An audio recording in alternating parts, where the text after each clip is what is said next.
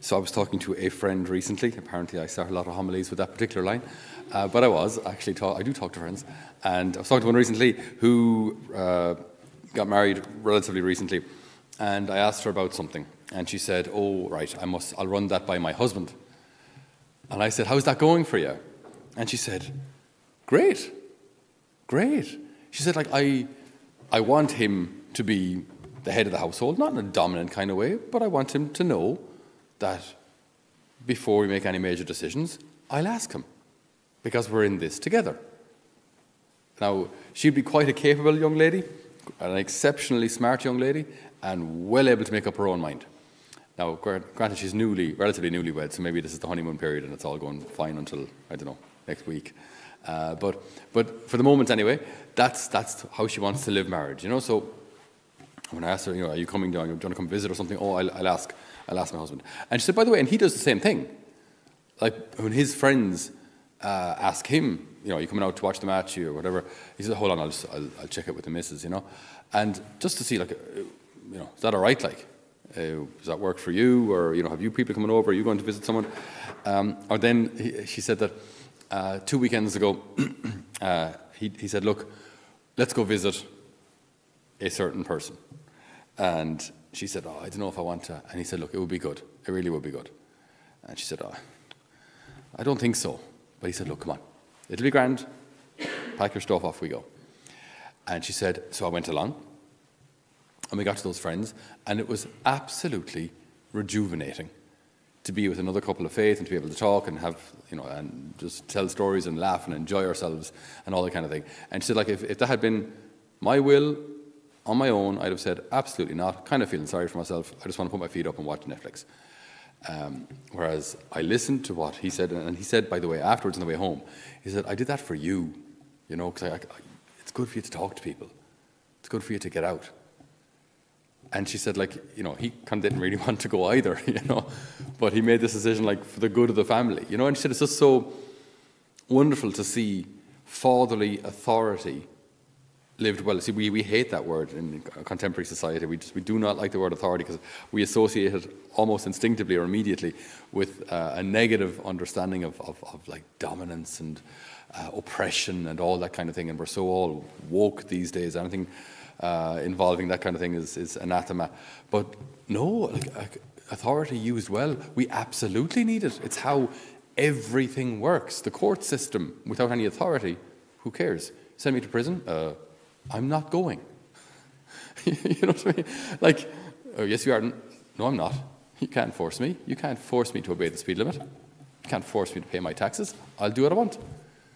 No, we have a system that has an authority that we live by, and, you know, we have rights and responsibilities in the state, and so on. It works both ways. Okay, won't get lost in that detail.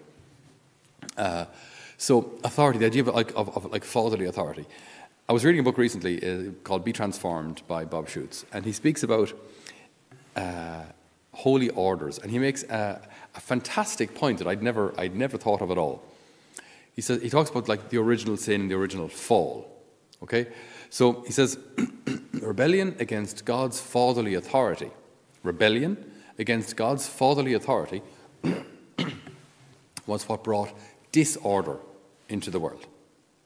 So God has his plan. He expresses that plan, explains it to Adam and Eve, what he wants of them. So rebellion against God's fatherly authority is what brought disorder into the world.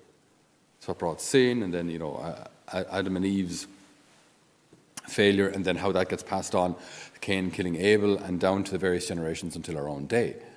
So rather than rebellion against God being freeing and being liberating and joyful and, you know, my shackles are gone kind of idea, and the opposite happened. Rebelling against God's fatherly authority brought sin, slavery, death, pain, destruction, division into the world, disorder. So what does the Lord do?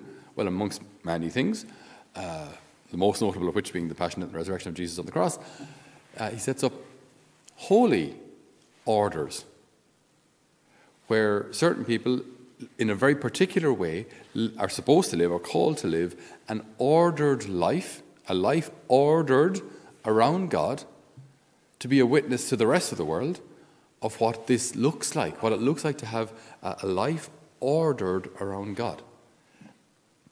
So that's why, and this isn't, again, a dominance thing, but that's why those in religious life are held to a higher standard. Now, we're not talking about putting people on pedestals here, but again, just read social media or newspaper. If a priest or a sister falls in any way, it does greater damage than if a layperson falls or in the same way, because they represent this holy order.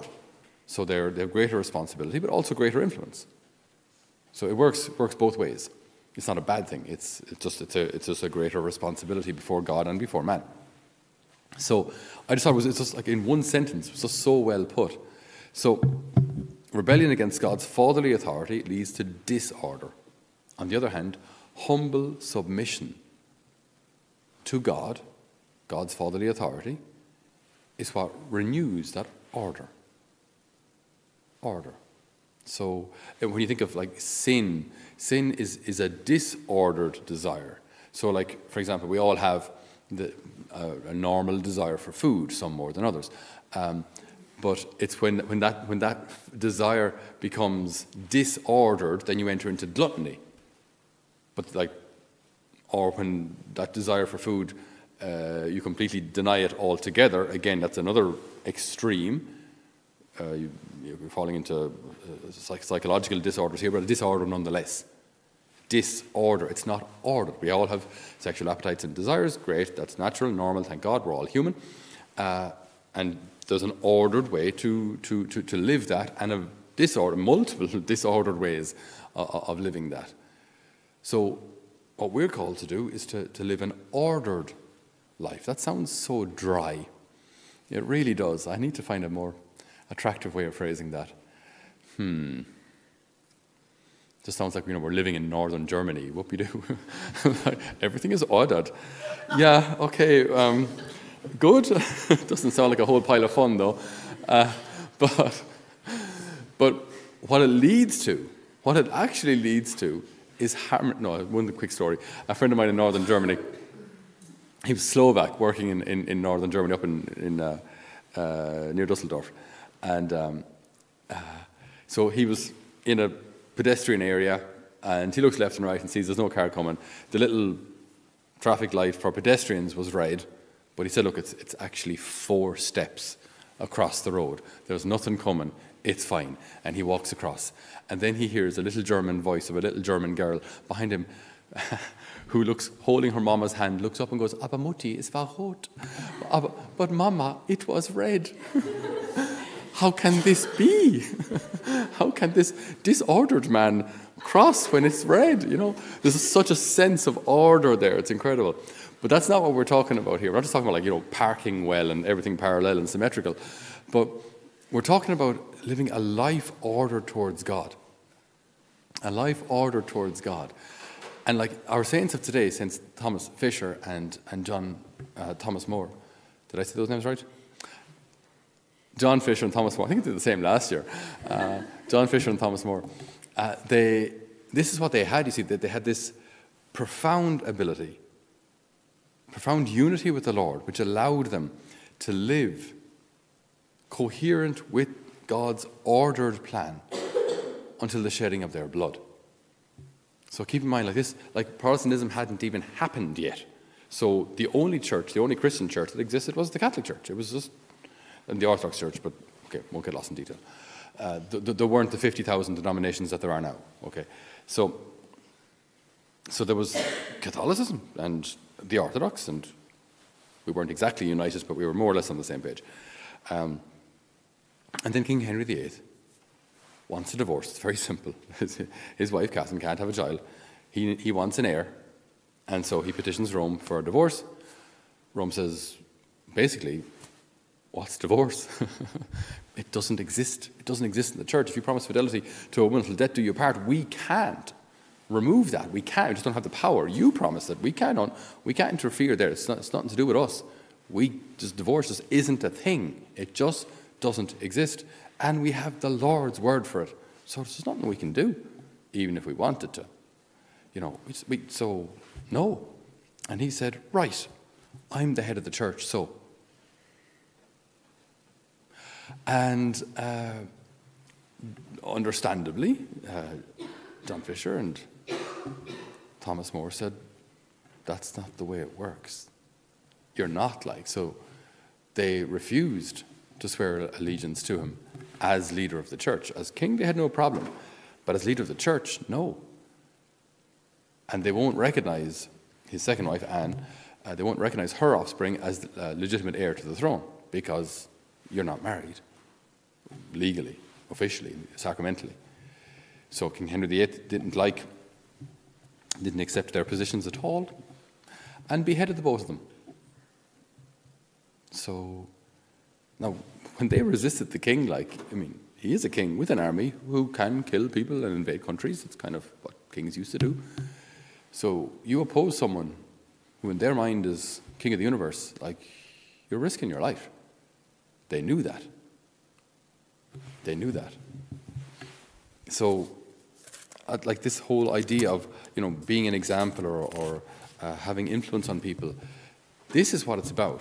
It's not about I'm a priest or I'm a sister, so therefore I have power. It's a priest or I'm a sister, and therefore I have responsibility. Responsibility. And that can weigh heavily upon us, and in a way it should, because this should not be taken lightly. But what's the idea? The idea here is to heal that most fundamental relationship with God the Father, to restore order to that relationship. What does that mean? It means recognizing that God is God, I'm not. Our gospel today, we might worry about what we are to eat, what we are to wear. Don't. Look at the birds of the air, look at the flowers. The Lord takes care of them all. Does worrying change anything? Just like the last line of today's gospel. Each day has enough trouble of its own. You could almost hear everyone say, ain't that the truth? Each day has enough trouble of its own. We don't. Worrying just means that along with dealing with today, we have the baggage of yesterday and the day before and the day before that. And all these bags are tied onto one another. And you're just trying to deal with today while you're dragging the last month, the last year, the last 10 years with you. So what's the Lord saying? Let go. Let go. Understand the order that your life is supposed to have. God the Father is God. You're not. So you don't actually have to resolve it. Doesn't mean do nothing. It just means trust him. Let go. Let go. And trust that his plan works. Even if it costs you your life, his plan still works. And the dust will settle, and God willing, someday there'll be reconciliation between us and many of our Protestant brothers, and their efforts have already been made, and there's been great progress as regards the Anglican Church, but there's still a lot more to do. We're not one yet. A half an hour before John Fisher's execution, he opened the New Testament and his eyes fell upon this passage from the Gospel of John, where St. John writes, "Eternal life is this, to know you, the one true God, and him whom you have sent, Jesus Christ. I have given you glory on earth by finishing the work you gave me to do. Do you now, Father, give me the glory at your side?" And John Fisher, being very English, as I said, a half an hour before his execution, he read this and then commented, "There's enough learning in that to last me the rest of my life."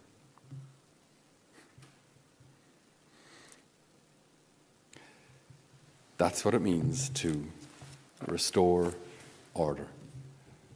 That's what it means to heal that fracture between us and God the Father.